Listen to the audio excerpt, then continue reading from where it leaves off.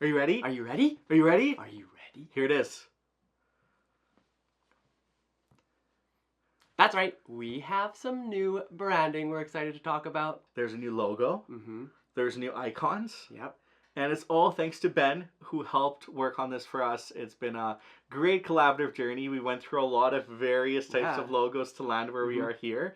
And we really like it. Very much like it. It was like a fun little process to go through, but also the end result. And we're excited to share it. So you'll see the little K, the little sideways meeple, the subtle sideways meeple, and all of our branding around, because we're going to be slowly doing uplifts to our banners. We'll be slamming it in your face. It's fine. Don't worry about it. We will or we will not? We will be. We will be. And if you're new here, my name is Ilya. And my name is Tyler. Together we make up Kovray, a couple that loves to play board games. And today we are celebrating because it is our 5-year anniversary. 5 years on YouTube. We are now in first grade, basically. We are little kindergartners. Or is it kindergartners? We are little kindergartners. We have progressed and made it 5 years into this life of YouTube. Sharing board games, sharing videos, teaching you how to play games. Doing a lot of all sorts of silly shenanigans. And now we're here. Yeah. Did you think it would last? No. No, me neither. I thought we would do it for a year and I'd be like, that was fun. And then for some reason 5 years passed. And then we bounce on to a different hobby. Like making bread. Like we do. Like we always do. But that aside, today what we're going to do is we're going to celebrate. And the way we'll do that is we'll tell you about 5 games that we think are essential collections games. Essential to your collection. Essential. Essential Sensual essential games. Sensual essential games. Ooh. No. They're essential games in our collection. And it may be in your collection. We definitely encourage you to check these out. You think 5 years will go by? We've been doing this for 5 years. And we figure out how to talk. Yeah. We did not. Then we're going to talk about some of the highlights from our 5th year of Kovray and then tell you what we have in store for the 6th year and beyond. Well, what we think we have in store. That's true. We never really know if it's going to go as planned. I feel like the last 2 years we've had a plan to do something and we didn't do it both years. So maybe this will be the year. Who knows? I think I will say that burnout is real. Burnout is real. That is the one thing I will say, along with a full-time job, because this is not our full-time job. No. We do this for fun and we love doing it, but it takes up a lot of time. We, again, love doing it, but we have so much else that we are also just doing with our life that we kind of get busy. And it's our own fault, but it catches up to us. Sometimes it's a lot, but that's why we really appreciate your patience and appreciate your community as well. It's been really nice to jump into Discord and talk about games and play games on BGA. Talk about soup stats. Soup stats, which people really liked. We got to jump into soup stats here recently. But all that aside, let's jump into the games. What games do we have for you today, Tyler? Well, let's start with just one of them. And by that, I mean literally just one. Our first essential game. And the reason it's essential is it's quite simple. You're working together and everyone can pitch in. Yeah, I think that this is a game that majority of people can enjoy, hobby, mass market, people who don't necessarily like board games. This is a game that you can bring out, easily teach, get to the table, and people will have some laughs, people will have some bickering, and it'll just be a good time around the table for the most part. Yeah, and all you're trying to do is just guess one word. And the way you do that is you write down one word. And it's funny because almost all the rules answers to this game are just one. Yeah. Can I write 2 words? No, just one. How many clues do I get? Well, just one if they cancel out, because canceling out is scary. It is really fun to be the guesser too, but also very nerve-wracking. Because sometimes stressful. You only have one clue, and sometimes you pull it off and get it right. Or you guess wrong and lose 2 points for the team. I mean, the other thing too is you can have too many clues. That is true. Especially if you're the players go in very different directions, trying to draw the lines to make sure that they actually connect and the word makes sense to guess can be hard sometimes. But it can also be celebratory because when that person gets it, fireworks everywhere. And you feel so smart. You do. I like games when you can feel smart. There's some awesomeness to some sweet simpleness. Have you ever had a perfect score in just one? Yeah, let us know. We have not. We got 11 once. We were very close. Out of 13, is it? Yeah, close. There you go. Just one. Now, for our second essential game, we have So fun. Mysterium. Yeah. Now, this one is nostalgic to me because it was one of our first games that we, I think, shared with everybody. Yes. It was one of our first games in Yeah. our collection as a whole, but then we also showed it to everybody. And it's fun because it's kind of like Clue Plus. Yeah, so kind of to the point that I made with just one, that it like really brings everybody together. Lots of people already know about Clue as like this mass market classic, and Mysterium is basically that, but amped up a level, and it's cooperative. So if you're looking for a different style game, this is like a good way to dive further into the hobby. And that's why I would say it's essential to a collection. Exactly.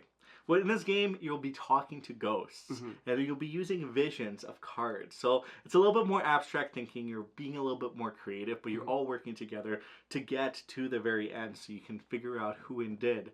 Who indeed done it. Who indeed done it. Exactly. And I love this game because it's just a vibe, in a sense. You can dim your lights. I also love, if you're playing this game, my favorite house rule, I don't know if the rules actually say this, but I make sure that the ghosts cannot talk to any of the psychics. Yeah. And when they answer, they have to knock twice for yes and knock once for no. Yeah. And it's always just, it adds a little bit more of a thematic touch to your experience. I agree. And like Talia's point is, there's going to be a lot of like abstract art that's going on. So you do get to sort of play the player. You decide what kind of clues you want to give them, but you're also limited in resources, those cards that you do get to give out. It can be tricky, and it's fun to puzzle your way through those decisions. And it's a game that you'll want to bring out again and again. You want to be the ghost, you want to be the psychic, you want to be part of the experience. Yeah, your performance in the game will further help you along in the ultimate grand scheme of the final end game, and that's always exciting. But if you don't do well, this game plays relatively quick, and you can just jump into another one and try to prove yourself again. And lastly, there's a new edition. There's a little bit more art, the box is redesigned, so even more Mysterium to be had. Yeah, maybe you were sitting here and being like, that's not what my Mysterium looks like. Exactly, it's the new version. We've got the newer version.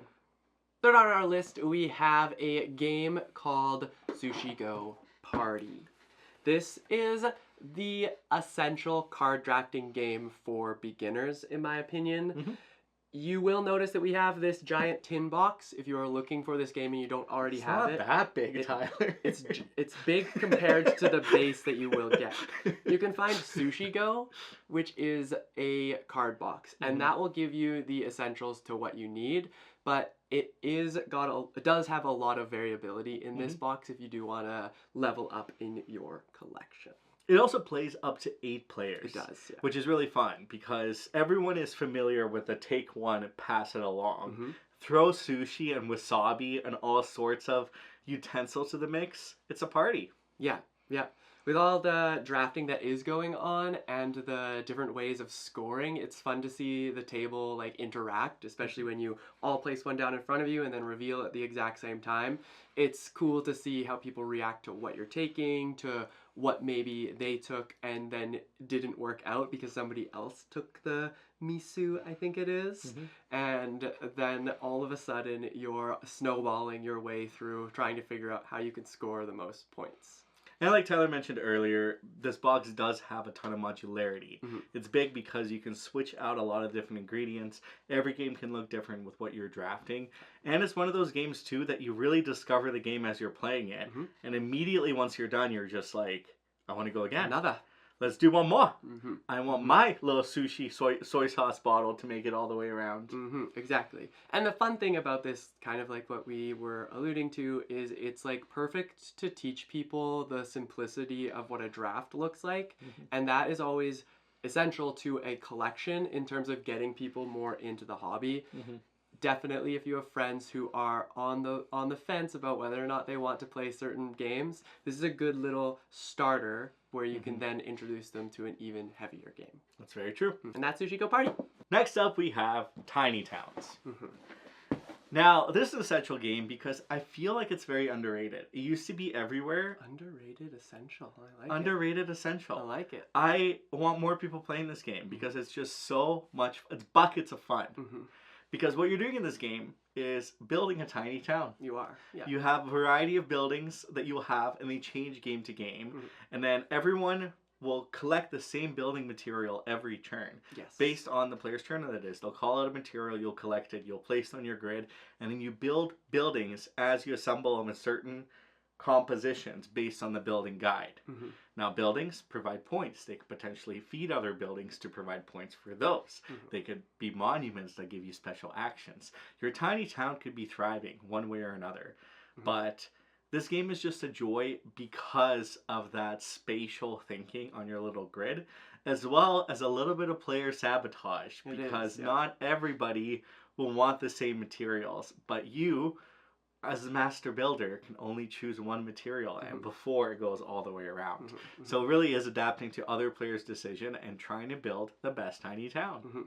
And I mean, it does come down to the version that you were playing, because you don't always have to play the Master Builder where you are selecting it. Mhm. It does come with a deck of cards where you can like randomly flip the top one over, and those are the resources you have to deal with. It changes the game slightly, and the fun thing about that is then it introduces the ability to play with more than just what the box offers, because I have seen this game be played with way more than 6 people. You just need to have like multiple boxes of the game, the resources and buildings, but one person can flip that card over and all of a sudden everybody in the table or everybody around you is playing it. Digitally you can have more people playing it, and it's always fun to see that aspect of the thing, because then you have people like typing in the scores that they got, ultimately finding out who has the best score. It's a lot of fun. It's one of those games that also starts off pretty slow. So you can think you're doing really well, and then you definitely have to start resource managing based on what's being given to you, and it awards people who do it the best in a sense, and that is a good feeling.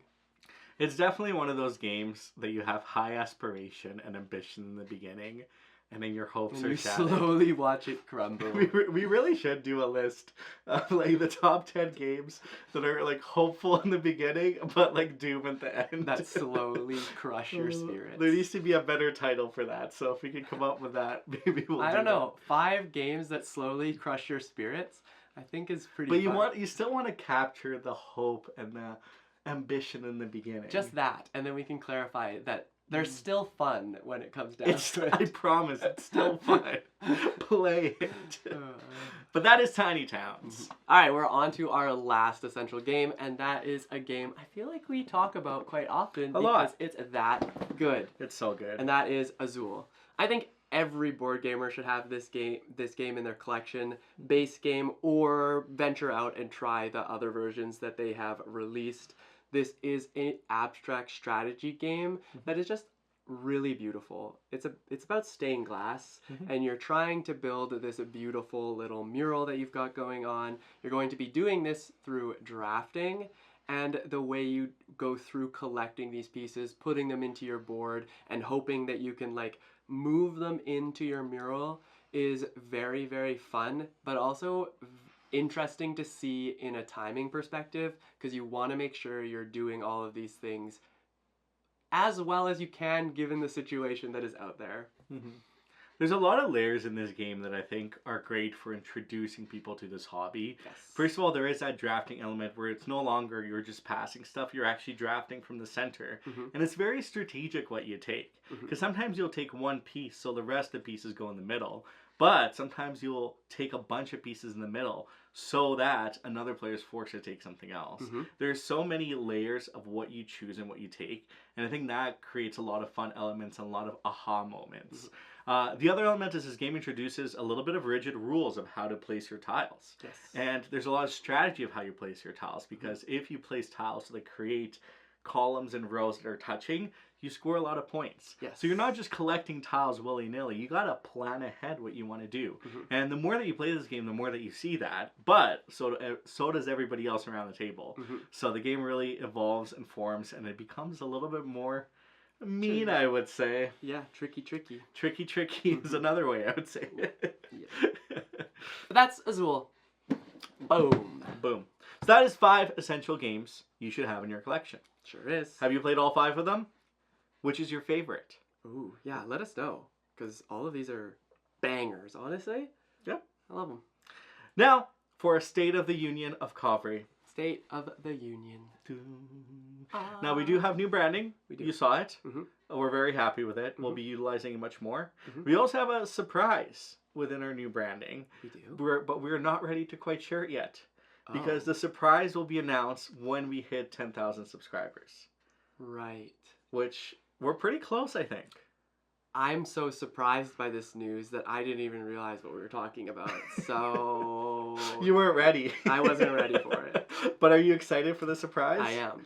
And you should be too. How excited are you from a scale of 1 to 10? Like 11 for sure. Wow. It's going to be fun. That's a big It's going to be surprise. fun. So there's another multi-fold layout to this new branding that is coming as soon as we hit 10,000 subscribers, which is really soon. So close. if you want to help us out, if you want to share a channel, make sure you do that with the links down below. Yeah. Now, the other aspect of the State of the Union is let's talk about the videos we did this year. What happened this year for Kovray? What did happen this year for Kovray? It's kind of just a blur. It is a little bit of a I blur. feel like this year has just flown by. We say that every one of our top 5 videos, which I think is highlight number 1. This year we actually We were released consistent with a it. top 5 of every month. Yeah. And we're going to. We have one more to go That's for a win. November. Technically, you have 2 more to go. 2 more to go. But Are we going to do December? Is that a weird one? Because then we'll have our top 10 of the year right at a similar time frame. We Oh, might. yeah. But I think that consistency, Mhm. with that's a style of video I think we will see in the near future for videos to come. Yeah, it's easy and fun to do. Mhm. I will say that the goal that we have of 365 games in 1 year, different games in 1 year, is actually like fun to go towards. Yeah. But I also feel like it's been Let's not do it difficult. again. And I would say maybe we don't do that one again, but I've enjoyed trying to do it. Yeah. I like being able to pull out some games depending on players, but I also don't want to be like restricted at I feel like near the end of the year we're coming up and being like, oh, like actually hang on, let's play this game 'Cause we instead, haven't 'cause played we it need yet, we need to get the numbers up. But honestly, I think all the years that we've done it, we've played 300-ish different games. We've done a good job. So I think this year it was just that little push. It's a final push. I did really. see a really good suggestion. I don't know if you saw it. Probably not. It was trying to do a grid of playing a game from every year from 2000 to 2026. Oh, yes. I think I saw somebody mention something like That'd that. be really fun because we could also see how many games in each year we've played. Right. Our overall goal could just be playing one from each of the years, which I think is fairly easy because we could just play 26 different games. Well, we could, yeah. At the As end long of as it all. we have But them in our I collection. feel like we play a lot of games that have come out in the last 5 years. That's true. So So maybe it's time to revisit some of the oldie but goodies. yeah, because I know that I have said on this channel, this game is a classic or this game is very old, and it's only come out like within the last 5-6 years. I think the one that got me was March of the Ants. Yeah. Did you say it was I in said the in 80s? 90s or something like that. It's from 2019. That was pretty funny. Well, Time is a construct and we all live in it. I was barely walking in the 90s. So I think another thing you may have noticed is we've done more how to plays and I think less reviews and previews of single games. yeah, I think it's just worked out for the types of games that we've been playing, and it's also worked out for the type of content that we've enjoyed making. Mhm. I think that like fits in our lane. Although that being said, I would actually love to hear everybody's opinion on that, because I think that this year we did a lot of how to plays, and we did pull back on the reviews and previews, but also at the same time I think maybe there's a happy medium that we could get on, and yeah, I'd be curious to hear everybody's perspective on that one. Yeah, I think a lot of our reviews have ended up being in our top 5 of the month. Yeah, that's what I think ends up being, is like they're not like full-blown reviews of a single game. I think there's a lot of value in providing a list of games and going over why we think they deserve this spot on the list. So that's what I find more valuable when we do like top lists. And I think the other element too is in our channel, our goal is to share the joy of gaming. So we're not going to do reviews of games that are just bad or we did not enjoy. No, because I don't think that like helps really anybody. Yeah. A general rule of thumb is if we don't like the game, we're not going to review it. So there's going to be like that. there's so many great games out there. I would rather focus our energy on sharing those games with you and being excited about all of those. If you want to know our thoughts on any of the games, we are definitely talk about some of the games we don't enjoy as much on our Discord or our Patreon. Like, we're very open to sharing those opinions. It's just not the forefront of our channel. It's not the type of content we're going to make. This year we also did go to our very first Tokyo Game Market. We did. Yeah, that was a lot of fun. I would be curious to go back. Me too. Because we were with some really good friends who also do content, who also love board games. And I think that kind of like egged all of us on, which made the experience like better for sure, but like different, right? It did, yeah. Like I'm not complaining at all. I loved it. I had so much fun, but I'd be curious to see like what would have happened otherwise, right? That's true. Because I will say it was probably my favorite convention experience. It was really, really cool. Because it was just discovering there's so many passionate humans there. They're just so excited about their games. And there's so many opportunities to discover something that's unique and different. And it's just a bunch of nerds going around being happy and excited. Yes. And it's just us embracing our nerd side and just being all over it. And I like how much more intimate it is, because I feel like a lot of North American conventions, it's like the fancy huge banners, like there's lights, there's TVs, it's like very like that comes with the brands that are there, of course, and like these are people who are like solo designers who have like 500 copies maybe of their game, and like that's really cool to see. It's very niche within a niche market, and that says a lot. So it's cool to be able to discover these games. And then what's neat about that is then we do have these instances where they're like, oh yeah, these card games are actually coming over to North America. Excited to see them evolve and see where they come from. I think it makes me want to do more indie game market type of stuff, because there's much more popping up in North America and Europe, and it'd be just more fun to go and find those little gems here and there. Yeah, I think that's like a huge thing for me, because the board game space is quite saturated in my opinion. I think there's so many games out there. I think there's so many games that get released every year, but really there's a lot of noise, and I don't mean that in any offense. I just mean that like Ilya and I have found a lane of games that we really enjoy and really enjoy showing to people, but it can be very hard to decide what list of those games like and how they rank for us. I do want to find the hidden gems, and I do want to find those games that aren't necessarily talked about as much, because honestly, some of those games end up being the best games. That's true. Right? So like even Tiny Towns. Yeah, Tiny Towns is pretty good. It fell off the radar a little bit. But I think that's another goal, maybe another consideration, is how do we continue to showcase games that aren't necessarily the hotness. Right. Or what we're doing. And maybe that's like where our how to plays come in, but then we continue to showcase some of the games that we keep playing and we keep coming back to. Because it's also exciting to see, hey, this game was a top game of 2022. Yeah. Is it still a game that we play? Is it still something we really enjoy? I like the idea, and I know that people have done these videos already, but I like the idea of doing the looking back at our top 10s and being like, are they games that we still enjoy? Yeah.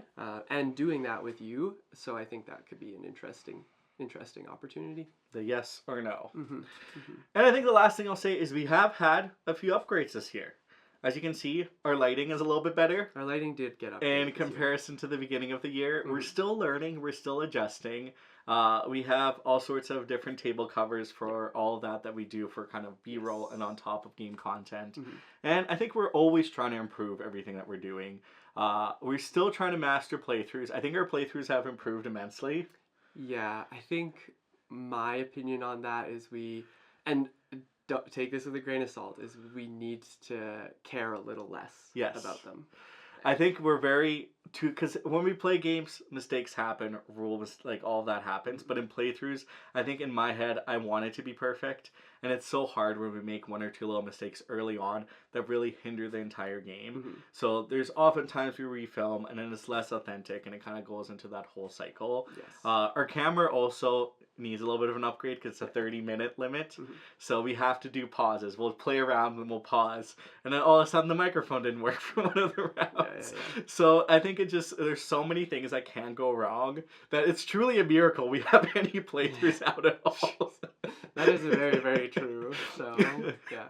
I also think that the other thing that maybe people have slowly started to realize is I'm actually very quiet. Like, I am a pretty reserved individual. So when it comes to playthroughs specifically, those take a lot of energy for me. And it's not just I'm playing the game anymore. It's I'm playing the game and I'm walking through my turn. I'm talking about what I might be thinking about. And those are things that normally would just happen at the table when everybody else is talking. And then I would just, instead of talking out loud about that stuff, I would just have conversation with people at the table. So when Tyler and I play games together, we usually play in silence. It's pretty quiet. And Tyler will give me eyeballs. Yeah, co-op games, yeah, you get the eyes. Show me the eyeballs that you...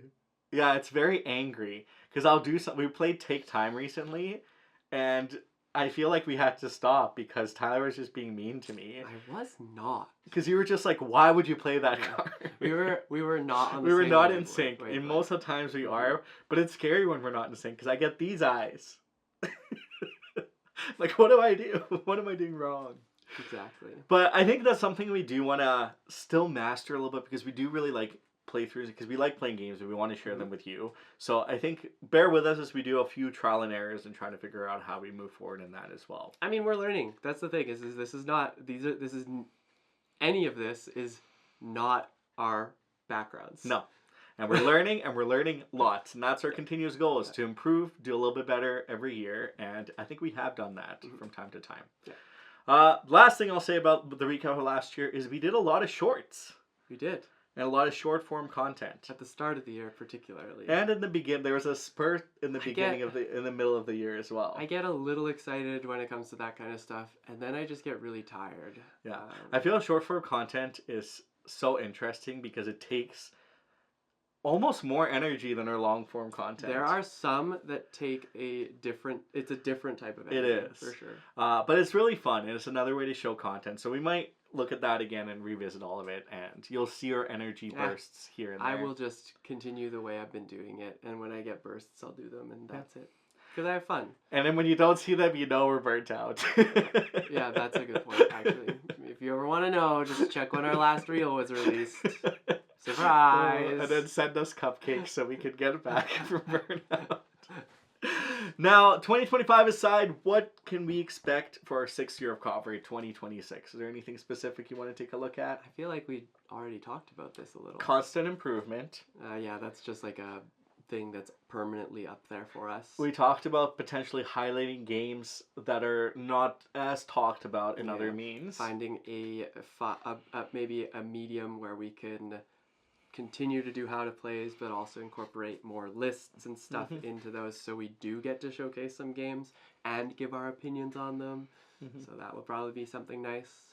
That's probably it for me, honestly. I think I have a goal to do 3 videos that are just like fun and more like skit-like. Because I was looking in preparation for this video, I was reviewing a lot of our earlier videos. Some of them extremely cringy, could not watch, watched it anyway like this. But some of them were really fun. I remember one in particular, the game night menu. Yeah. We were in so many different places. There were so many fun gimmicks. It was so silly, but it was also educational in terms of like the games that are being showcased and how they're being showcased. Yeah. Or even what we did, the one take with musical themes. That was intense. That was fun. But I want to do something like that the challenges our skill sets where we can just have fun. Maybe it's baking a sourdough bread with a board game theme somehow. Yeah.